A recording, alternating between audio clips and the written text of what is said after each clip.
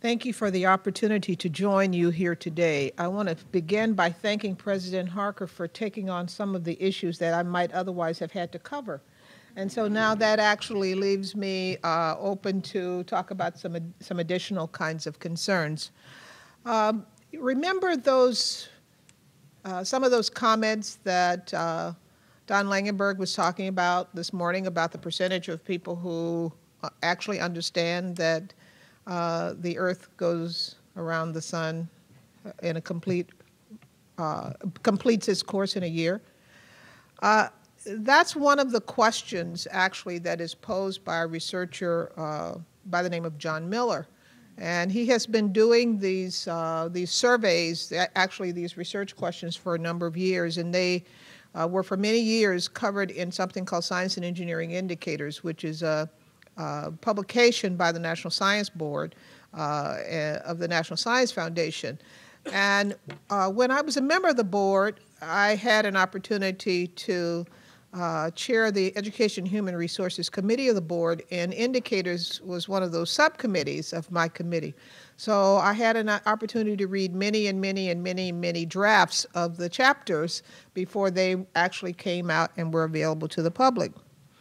Now, one of the things that, if you have a conversation with John, one of the things that he will tell you is that those questions and the percentage of individuals who get the answers right varies among subpopulations. And the highest percentage of correct answers is provided by people who have college experience. And so that there's something about those courses in college that allows them to be able to gain a level of science literacy which is a little bit higher than other parts of the population. Now, that sounds great in theory, but in fact, not everybody goes to college and is able to actually get those courses. And so the challenge then is for us to figure out how are we going to change the trajectory of some of those subpopulations. Now, the interesting thing is I want to begin at the university level because obviously embedding climate change and sustainability courses into the university curriculum presents a set of challenges. As indicated by every other speaker, essentially it doesn't belong to a single discipline. It actually is the purview of many areas and many disciplines, and bringing all those pieces together can present some challenges, especially challenges of the reward structure of institutions. Essentially, people belong to departments, and they get tenured in departments, and they get recognized as members of departments. And when they are suddenly asked to perform things that go across departments, that can be a bit of a challenge.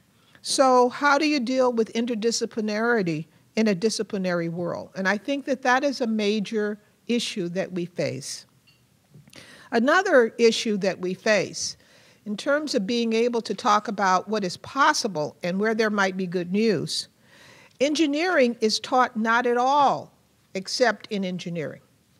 And yet, we could make a very strong case that that solutions are basically likely to come out of discussions around engineering. That is, issues of design within constraint. How do we, in fact, begin to shape technologies? How do we shape solutions to some of the things that we face? Is there a place in the curriculum for something called Introduction to Engineering in a space that is not just for engineers? And can we, in fact, see our way about how this can actually stimulate a conversation within a larger climate change and sustainability agenda? I started at the university level, not only because we're sitting in a university, but also the K-12 level is totally dependent on the university level. How much our teachers know about the science is driven by what higher ed teaches them. about the science and about the nature of science and the nature of engineering. And to the extent that they leave here or other institutions not knowing that, that is in fact an issue that relates to higher ed. I see so much blaming of K-12 about what teachers don't know, and yet the policy structures and the responsible institutions are not at K-12. One of the reasons that I was so eager to participate early on in the formation of the, I guess it's now P20 arrangement was because it recognized that in fact what we had was a system and that those parts basically fed back and around to each other. And I think that without that kind of recognition and that kind of accepting of responsibility for the system, then in fact we will never be able to make any headway. But it is also true that there are many people who are now outside of the system. They're not in college, they're not in K-12, they are in fact in the community, and they are regular members of the public. Now in many cases there are opportunities of connecting with them as parents, but then there are lots of people who have basically given up that role as well, or graduated from that role. And so they are in the community, and where are their opportunities to engage with them around these issues? Yes, in informal institutions, but in many of the cases, the people who visit certain kinds of informal institutions are the same people who already buy into these issues and are very much attentive to issues of sustainability and climate change. So what about the so-called unwashed masses? I think we have to become a lot more innovative in terms of reaching out in unusual venues, in unusual places. We had an opportunity as AAAS, for example, last year to participate in the USA Science and Engineering Festival on the Mall. And it was amazing the variety of people who came, multi-generational groups who came and engaged with the scientists and the science educators who happened to be there. And I think those are the kinds of things that we are really going to have to look at. The complexity of the science is a challenge. We have invented, I guess you can call it, AAAS, something that we call clear science materials to try to make it available with appropriate metaphors, accessible metaphors, and at a reading level where basically most people actually can read it and understand it.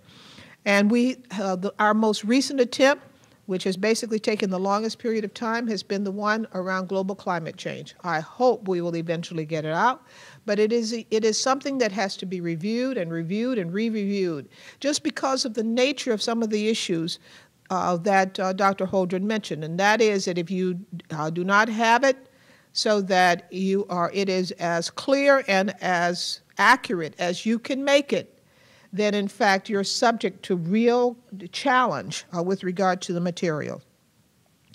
I finally want to raise the issue that climate change, sustainability, these issues do not affect all populations in the same way. Those of us with assets and resources, we can basically get out of it. We can escape it. We can turn on air conditioning. We can do whatever. But for the poor, that's not necessarily always an option. And I think that this notion about how there is differential impact on different groups is something that we must always attend to. And finally, I found the comment about environment as an issue that was so 70 kind of interesting. My own PhD is in ecology. And when I was in the university, I was the director of an environmental science program. And so I do think that there is the need to ask, why did we lose the momentum around that particular topic? Was it the right topic? And if it was not, how do we keep from basically painting ourselves into a corner this time?